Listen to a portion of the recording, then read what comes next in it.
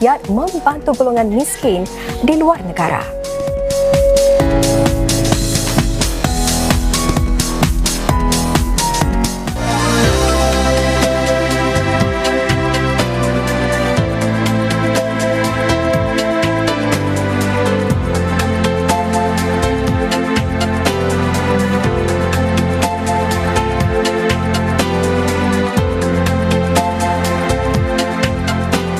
Laporan cuaca dibawakan oleh Mitsubishi Electric.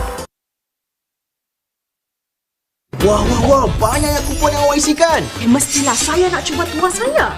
Sejauh ini $40,000 telah pun dimenangi dalam cabutan bertuah Golden Chance.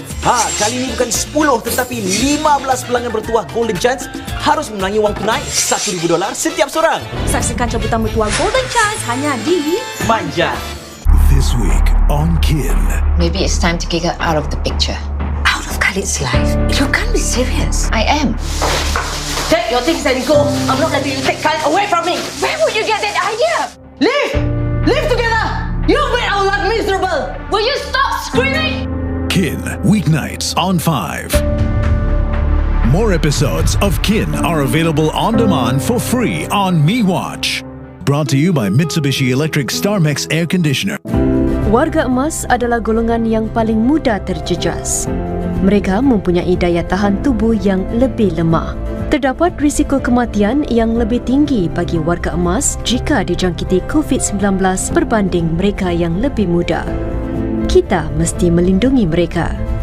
Semua orang, terutamanya warga emas kita, harus duduk di rumah. Mereka tidak seharusnya keluar kecuali perlu dan pulang ke rumah sebaik saja selesai urusan mereka. Mereka yang perlu keluar rumah harus keluar seorang diri. Semua orang mesti memakai pelitup apabila berada di luar rumah. Warga emas harus mengelakkan tempat-tempat yang sesak dengan orang dan tidak seharusnya makan di luar. Warga emas tidak seharusnya pergi ke pasar. Sebaliknya, mereka patut mendapatkan bantuan orang lain untuk membelikan makanan atau barangan dapur untuk mereka. Mereka juga tidak seharusnya berkumpul sama ada di rumah atau di luar. Mereka harus terus aktif dengan melakukan kegiatan-kegiatan di rumah dan boleh bersenam secara bersendirian di kawasan kejiranan mereka. Tidak mematuhi langkah-langkah memastikan jarak selamat adalah satu kesalahan. Semua orang harus memainkan peranan untuk melindungi warga emas kita. Jika anda mempunyai anggota keluarga warga emas, jangan berada dekat dengan mereka sekiranya anda sakit. Mereka yang tinggal bersama warga emas harus lebih prihatin dalam menjaga kebersihan diri. Warga emas yang memerlukan bantuan untuk kegiatan-kegiatan harian atau perlu bercakap dengan seseorang boleh menghubungi talian penting Agensi Penjagaan Bersepadu atau AIC di 1-800-650-6060. Lakukan perkara yang betul. Kesihatan semua bergantung kepada setiap seorang daripada kita. Dapatkan maklumat daripada sumber-sumber rasmi dan jangan sebarkan kabar angin. Daftar bagi khidmat WhatsApp gov.sg dalam bahasa Melayu untuk maklumat terkini tentang COVID-19.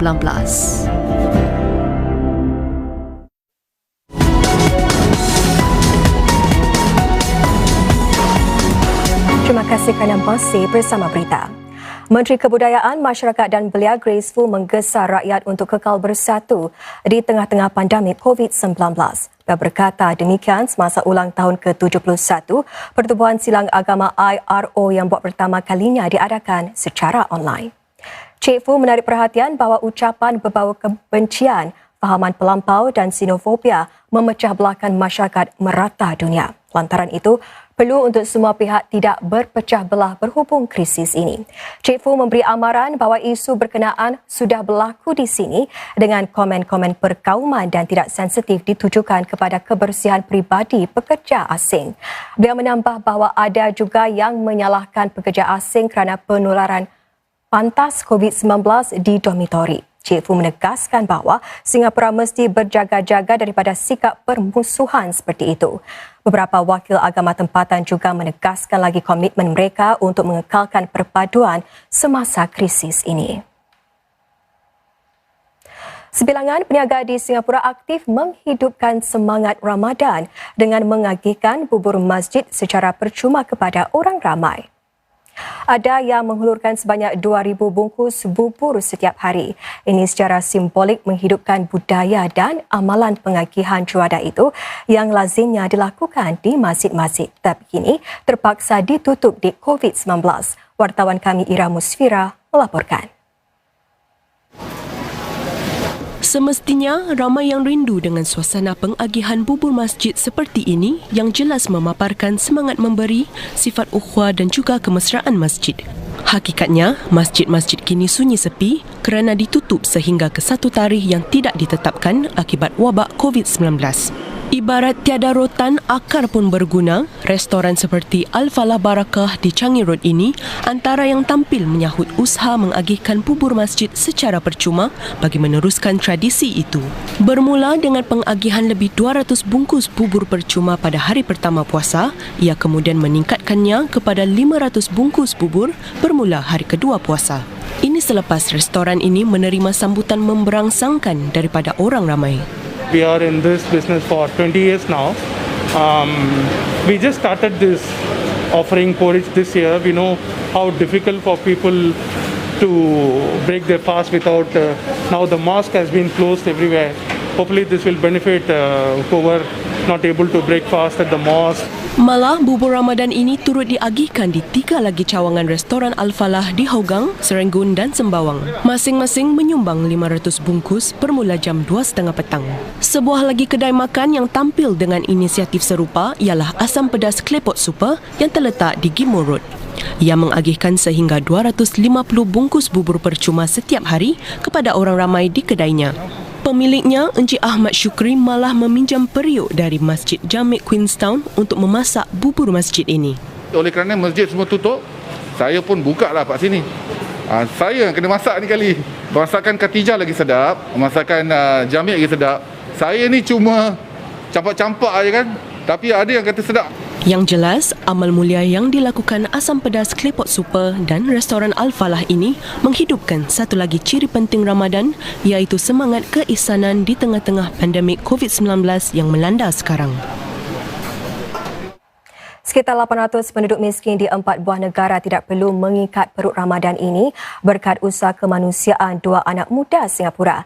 Inisiatif kemanusiaan Brothers Project itu dipimpin pelakon drama Ashraf Amin dan seorang rakannya. Wartawan kami Rosli Iraza melaporkan.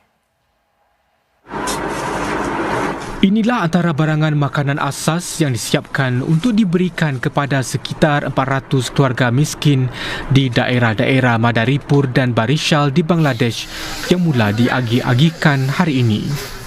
Setiap keluarga ini menerima barangan seperti beras, tepung, minyak masak, telur dan juga cecair pembasmi kuman.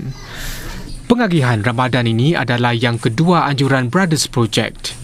Semasa projek pertama pada tahun lalu, mereka membantu 800 keluarga susah di Madaripur sahaja.